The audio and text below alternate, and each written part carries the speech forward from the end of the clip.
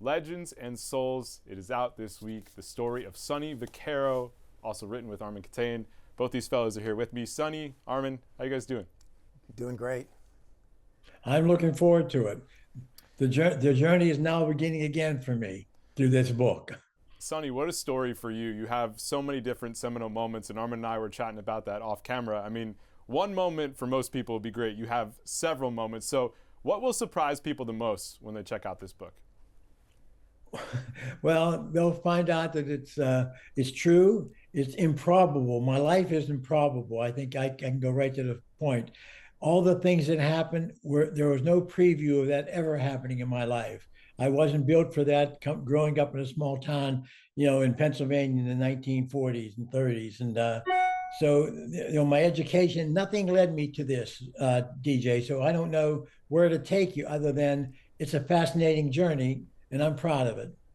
Armen, you've had many New York Times bestsellers. You've told incredible stories. Sonny landed Jordan at Nike. He got Tracy McGrady and Kobe to Adidas. He helped Ed O'Bannon overturn a decades-long issue with college basketball and NIL. What's most fascinating about this guy to you? I think Sonny's journey in life he's talking about Trafford, Pennsylvania, Western Pennsylvania, to a transcendent figure in the world of sports. And not just in, the sneaker business, but the shoe marketing business. And certainly in the landmark O'Bannon case, which basically changed the face of college sports. So you were saying, some people can boast one or two. I think Sonny's probably had five if you actually add in the Round Ball Classic and the Jordan signing and you bring in the ABCD camp. I just love this book because, we live in a kind of a divisive time right now, and there's a lot of people that are there's a lot of animosity, and this book has such great humanity and humility, but you're still looking at these transcendent moments. I mean, if I had to put two of them, it's hard to beat, first of all, the Jordan signing, which is remarkable in so many ways. But for me, having covered the NCAA and college sports for more than 40 years, that O'Bannon lawsuit, that case does not happen without Sonny Vaccaro. And that's, to me, the story behind the story in so much of this book is what's so rich and entertaining for me. You know what's interesting, Sonny, is that life and business are all about relationships. And you had great relationships with college basketball coaches. John Thompson was one of those guys. And it's laid out in the book. You give him this deal with Nike, wear the shoes, we'll give you plenty of stuff. It was almost too good to be true. How did you land that deal with the Georgetown coach? Well, I knew Georgetown because they were one of my first signs for Nike. So when I knew him because of Patrick Ewing, I knew him bringing kids when he high school coach to playing at Dapper Dan. So he was the one at the beginning that was the person who stood out among all of them because John stood out among all of them his whole life, being a minority, being able to open his mouth and say what he wanted to say without fear, which was very, very tough in those days and still is today. So, John and others like him, created what Sonny Vaccaro was able to do because of friendship through the years. So, Armen, you know this, but Nike was not a big player in college basketball and sports. They were They known were an for track and field, right? They were a track and field company that was really struggling at the time. And that's another remarkable thing about this book is Sonny talks about the improbability of things. Imagine going in to Phil Knight and Rob Strasser, who's a brilliant, great character in this book, and Peter Moore and those people. It's like, wait a second, I think you should take all your money. Imagine being in a poker game. Take all your chips, $500,000 worth, put them and push them on the table and put them behind this guy that really was not in that pantheon of great college players. Sonny, in 17 seconds of one game, Jordan's famous shot, he had this vision to see Jordan the way he turned out to be, an absolute epic athlete. But who does that? Who says, okay, I'll put my job on the line, And then when he does that, then they go, okay, yeah, then go out and sign all these coaches, right? And he sets another standard there. And for me, those stories, like the signing with Tark, because I knew Tark, and then Valvano, they're at LaGuardia. It's like some thing out of a Scorsese film. Sonny puts a shoe on the table, and Valvano's like, well, how much do I have to pay to do it? And Sonny goes, no, I'm going to pay you. So to me, they're just the richness and the detail and the color and the backstories from the stories that we all thought we knew. And then when you hear them from Sonny's mouth, they're just so much richer and more colorful. It's an amazing story, and we had the excerpt in the New York Post, in print, and on the website as well. Sonny, I need to know, if Jordan had missed the shot, would you still have bet your career on this guy at Nike?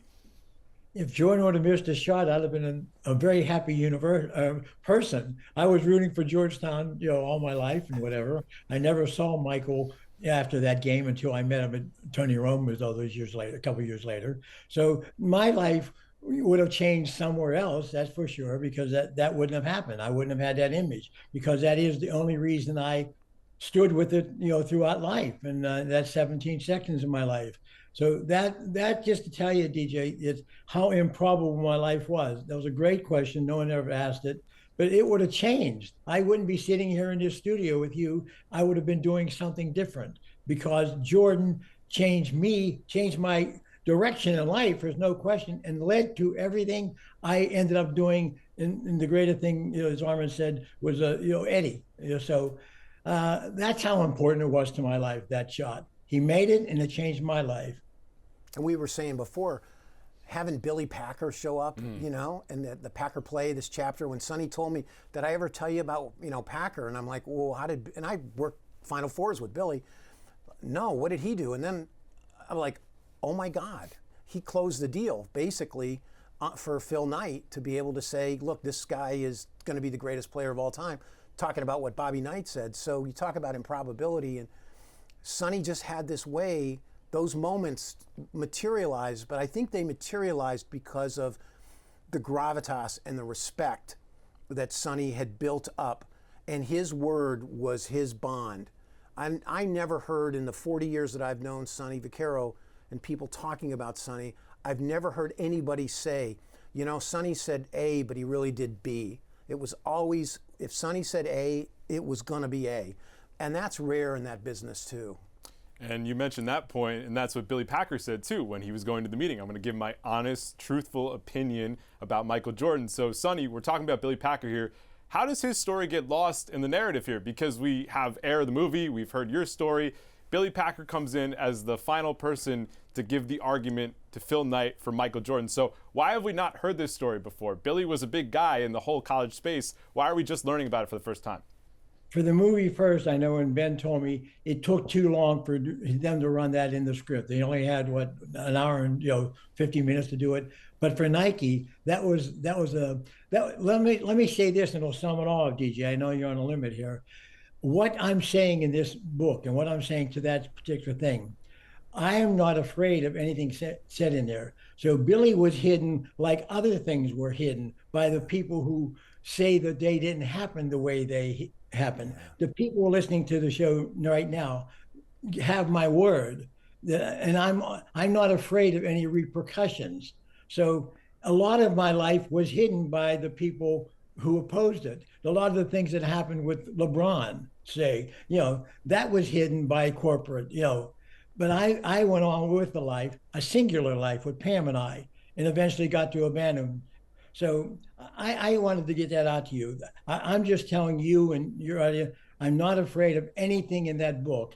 And I want you to ask the next guy that does one of these if I'm betting the future of my life and my reputation. I only bet money before.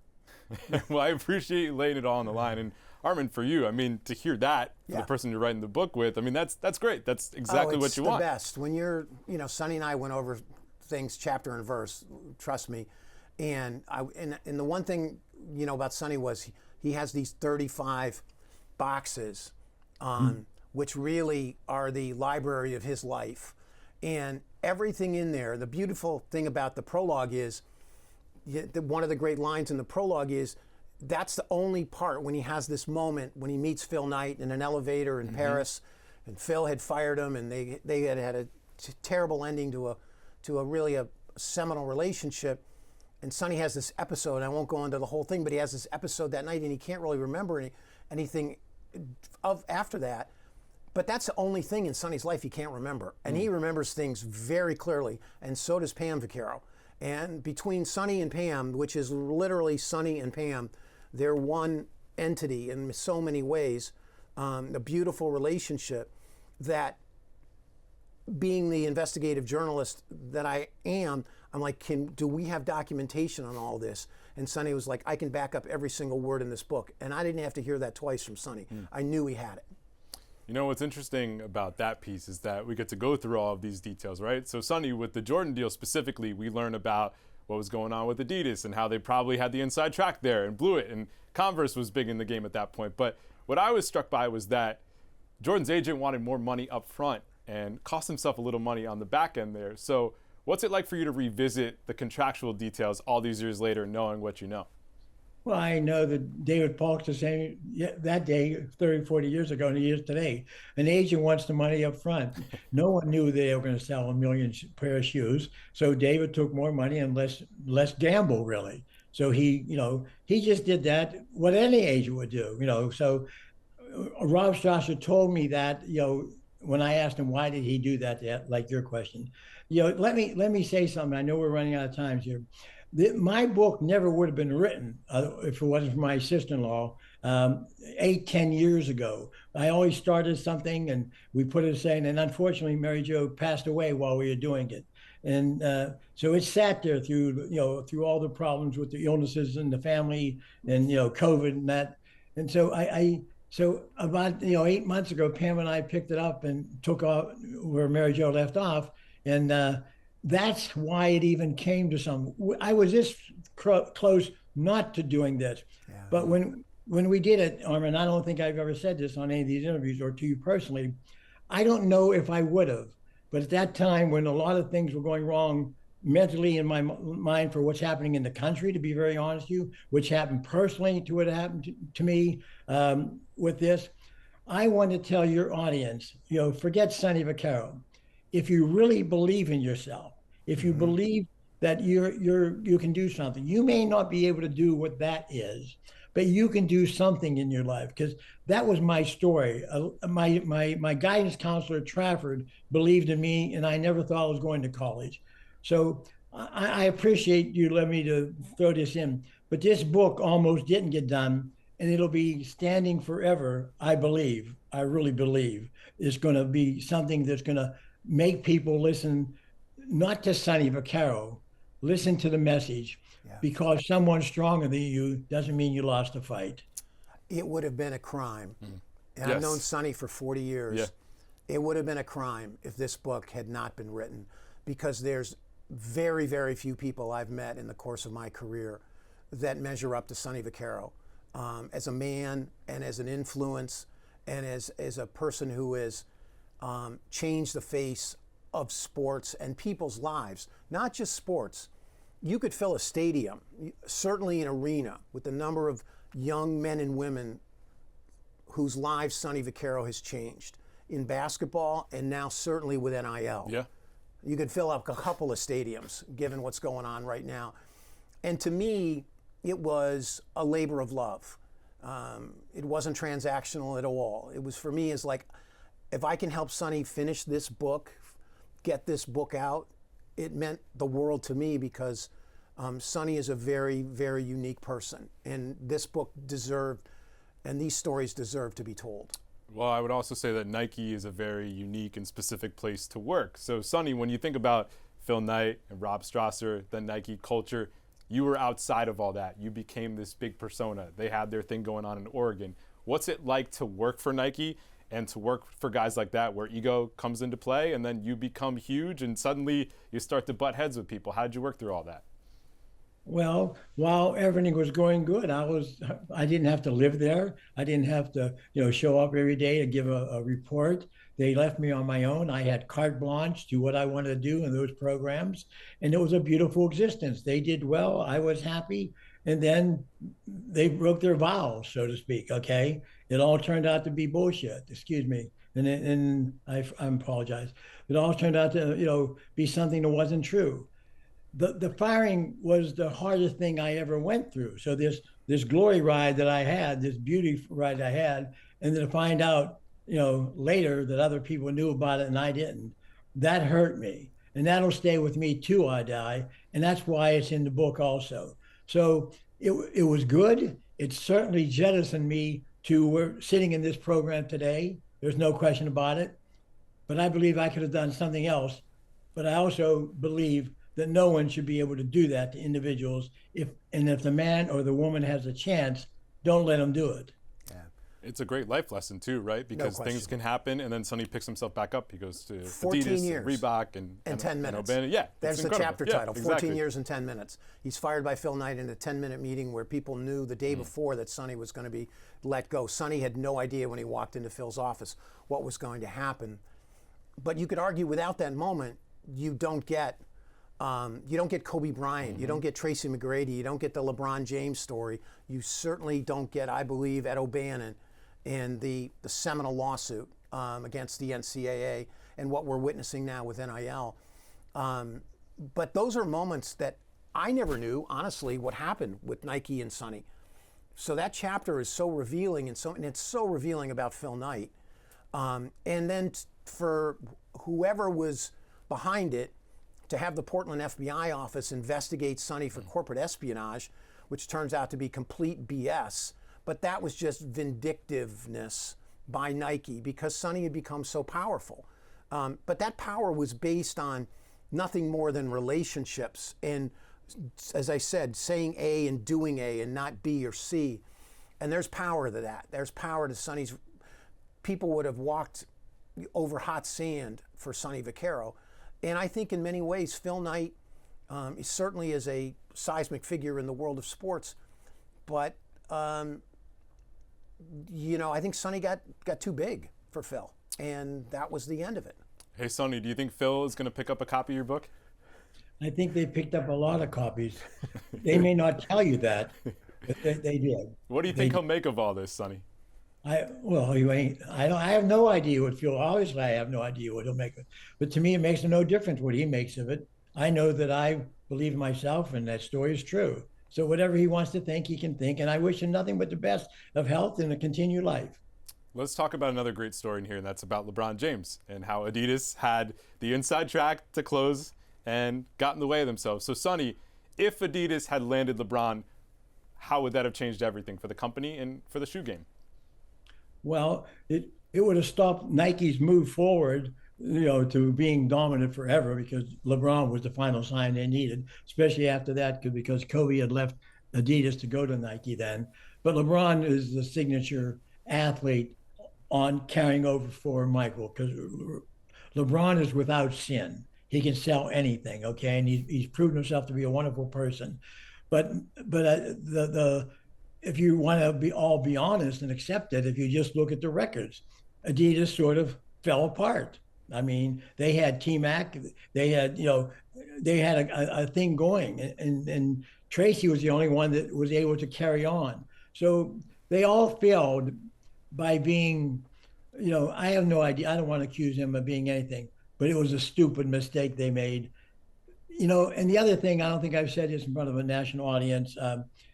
If they would have just given me the contract that I told them to write on that piece of those papers, I don't know if I would have left Adidas, but they lied to me. And the one thing that made me successful, I believe, with the young people that Armen are talking about, I would never lie to you. Yeah. That's, there's once I lied, but I didn't. So I had to quit. I had to leave. And I had a good job. The other one, I didn't think I was going to get fired. This one here, I mean, whether LeBron came or not, I would have gone on with Adidas. They pushed me into another direction. Yeah. Then I, for a minute or two with Reebok. And then this would never have happened. O'Bannon never would have happened. Brandon Jennings never would have happened. Yeah. All these things never would have. So again, improbability comes into it. I've been blessed by other people's mistakes of who I am. Yeah. When we think about all this, Armen, I want to get to the O'Bannon case because we've talked about so much, but specifically with that, Sonny bails on the shoe industry that had paid him well, and it was a great career, and he's fighting for college athletes. So when you first caught wind of the story, did you think that this person would be able to transform ultimately what he was able to? I thought Sonny, honestly, was the only person that could do it. At that point in time, the NCAA was a Goliath, and they had delayed and denied athletes' rights for decades. and had spent tens, if not hundreds of millions of dollars in legal fees to do that. You could see, because I had done the Final Four, I did 7 Final Fours, you could see the mass commercialization of college sports through that prism. But think about it for a second. Being 67 years old, leaving a job that's paying you hundreds of thousands of dollars a year to go on this knight-errant quest, this Don Quixote quest to change the face of college sports, to basically say, oh, wait a second, all of your labor force, which has been subjugated and has been held down for almost 100 years, I'm going to now try to break this stranglehold. Who does that? Well, Sonny Vaccaro did it. And not only that, he found the perfect plaintiff in Ed O'Bannon. And then we were talking before, DJ, not only does he get O'Bannon, he gets Michael Hosfeld. Yeah, big time attorney. Which is like the Michael Jordan of antitrust lawyers at that point. He convinced Michael Hosfeld to take this case, and also Bill Isaacson, who is another, rock star as far as an attorney is concerned. But it was really Sonny's belief that somehow, some way, the system had to change, because he had seen what had happened to those athletes students, time and time and time again. And I mean, I'm in the middle of that now. We're all in the middle of NIL and the portal and this colossal, chaotic world, wild, wild west that we're living in. And people go, well, why does this have to happen? Well, it happened because the NCAA for decades denied the rights and acted as a cartel. Yeah. And if it wasn't for Sonny Vaccaro, what we're witnessing today would have never happened. It's an unbelievable story. Sonny, I'm going to let you get the final word here. 2-part question. Number 1, who's the next athlete we should keep our eyes on, since you have such an eye for talent? And number 2, is Nike still on top when it comes to the shoe game? Well, Nike's going to be on top for a long time, for sure. They got all the bullets in the gun right now. No one else they have a one-shot gun. The other people have machine guns. As far as the other one, I'm so far removed. I still talk to parents about the young people I get every day. I help some of the kids never, in the last 5 years join the draft and some of that stuff. But I don't know, and I can't tell you. There's obviously great talent out there. There's no question. The one thing I can say to you now is it'll be a much better league because of the ability of all the people from Europe and Africa, all the players that are now coming that didn't have a chance to come in the early years. Those kids have turned out to be great. The young kid, you just got hurt, Winnebago, all those guys. And that's what's going to change it. And forgetting that for a minute, would you ever have thought that a girl like Caitlin Clark would have changed women's basketball? Amazing story. Yeah. Amazing. Unbelievable. And this is certainly an incredible story. Hey, guys, thank you so much. Thanks, Armen. DJ. Thanks for coming really, in. Man. Sonny, thank you so much. Real Good seeing pleasure you, to talk Sonny. to you. Thank you very much. I appreciate it so much. God bless you.